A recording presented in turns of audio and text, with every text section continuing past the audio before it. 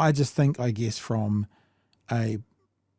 like an anti-Zionist or let's just be honest, an anti-war crimes groups, if they can silence one, can they silence others? Are these guys warranting of being silenced? We'll have a look at that. They stood in silence at the feet of the Mahatma Gandhi statue in Parliament Square, bearing placards backing a now proscribed group, an act now considered... That's the term they use. It's prescribed, now prescribed group. Prescribed group, yeah. ...an offence under the UK's Terrorism Act. For half an hour they remained, under the eye of the police who were recording their actions. Those who gathered to support them applauded. Some were even brought to tears. Then the police eventually moved in, forming a cordon around the protesters, arresting those who'd taken part in what is now considered to be an illegal action. So the illegal action, just for everyone's understanding, is holding a sign with the word Palestine Action on it. It's sitting. Yeah, that's the illegal action. So you can't...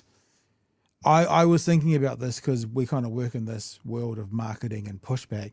I wonder if one person had the word Palestine on their T-shirt and then the person beside them had the word action and they just happened to be sitting next to each other. I wonder what they'd do. Just wondering. Some even carried away into police vans. The consequence of being charged with a criminal offence for supporting Palestine Action, unjustifiable for some. We think that by degrees some sense will come out of this. But overwhelming for others. It just feels like we can't say anything. I don't know. I don't feel safe to speak.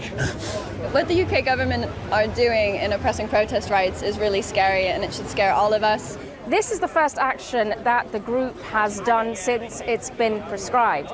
Human rights activists and legal observers have raised serious concerns about exactly what it means for freedom of expression and the right to dissent in the UK. This is what led to Palestine Action being outlawed.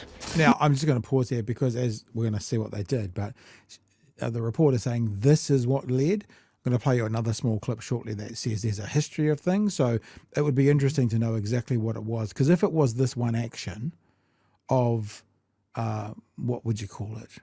Not incapacitating the planes, but certainly hindering them for a period. Vandalism. You could even say it's criminal damage.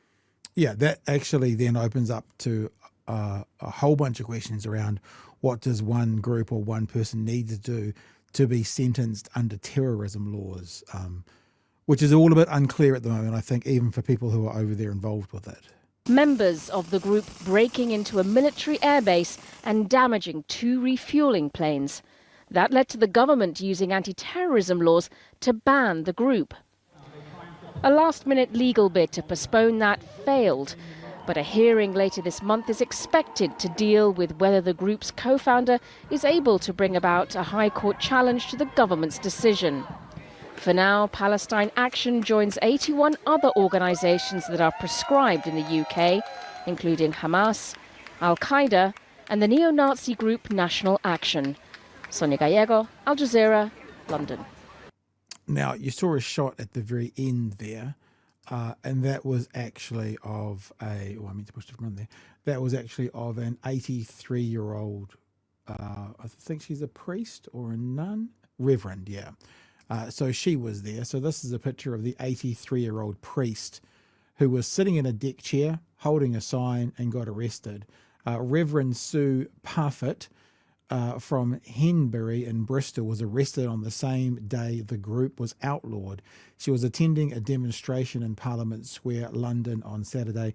The group became a proscribed organisation under the Terrorism Act 2000, as someone has said in the chat, Labour government, just remember that, making membership or expressing support for them punishable by up to 14 years in prison. Yeah.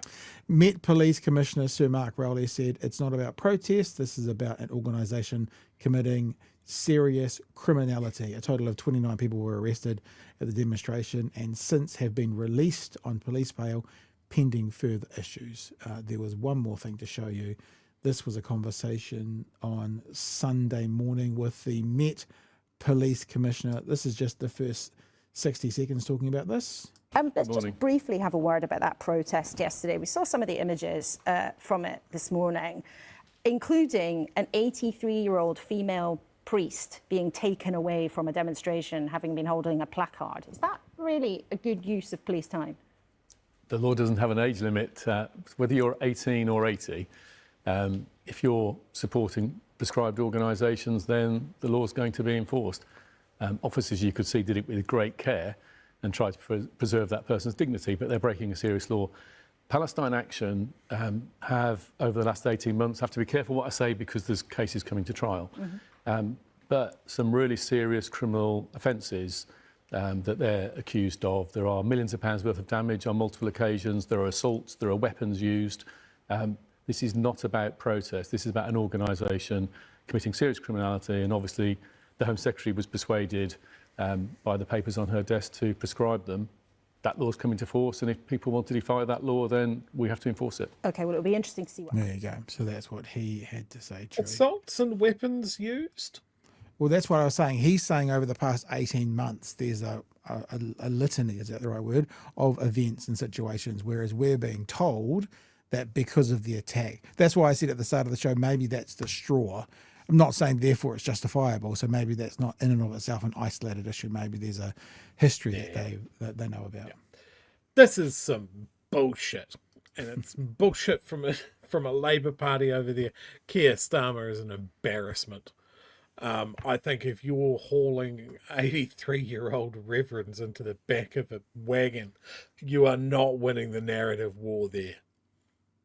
Especially when it's against a group that is saying, hey, you can all see this genocide that's happening, right? Why are we helping? Why are we helping why are we not stopping the genocide? Like, that's why those refueling planes were attacked, is because they were refueling aircraft that were running reconnaissance missions on behalf of Israel. Why the RAF was involved in that, I have no idea. Makes no sense. But yeah, this is dovetailing off laws that the previous government had changed, basically aimed at the Stop Oil protesters as well. Yeah. Where it wasn't seen as protest actions, that it was closer to terrorism. And they were bringing those rules to bear against public dissent. And it, like I saw footage for again, this was Stop Oil, not Palestine Action, but members were arrested for criminal conspiracy because they were in a soup kitchen together. Right. Like, it's a real slippery slope, and this is something that people have been long talking about when it talks about anti-terrorism laws, and something that we've spoken about on the show here before, of like good lawmaking. Like, you've got to think, how can this law be turned around on me? Yeah. And to see lawmaking that the bad party, the Tories, brought in, then being used by Labour. Yeah. Like, this is the sort of things that people should be really, really concerned about. Like, if it can be pointed at Palestine Action, it can be pointed at anybody. 14 years in jail. For holding the sign up. That sign there, like what you're seeing right now, was the same protest, and we're going to see the 83-year-old reverend again holding up that sign. These guys seem like hardened terrorists. Yeah, and could literally end up with, I mean, I don't think anyone thinks it will, but in theory, could end up with 14 years in prison. There's another image there of the 83. I'll fire it. Here we go. So this is the 83-year-old. Oh no, that's another guy who was taken away as he was explaining what was going on to the camera behind him. So, yep. And that was, of course, part of Nova Media and Ash Sarkar, just to give them their due credit for some extra footage there. Yeah, Kiwi Bird says that 80-plus-year-old reverends are a threat to the IDF. Maybe so. So we'll keep an eye on that and we'll figure out what's going on, and we'll let you know when we know more. But it does say, I mean, like, I know that in New Zealand, I don't know too much about the story. I wasn't following the news hugely at the time as much as we do now. But when the Urewera raids happened back in the day, they were talking about terrorism laws and stuff, and I think that none of that came to pass. But just because it's over there doesn't mean that we shouldn't be aware of what's going on here, especially with the influence of some international countries like America. Like, what is it? America's just put tariffs on a whole bunch of countries again today, up to 40%. Imagine if they wanted to put their thumb on the scale to make sure that their ally in Israel was treated well by other countries, and they used a bargaining chip of tariffs or something. If you guys don't come down hard on your protests against Israel, then it's going to be a 50% tariff. Who knows how that could pan out. So, it's that old adage, that poem of there was no one left to fight for me. First they came for the gypsies and I did nothing because I'm not a gypsy. Well, then when they come for you and there's no one left because everyone else is gone, then there's no one left to fight for you. It could literally be one of those situations.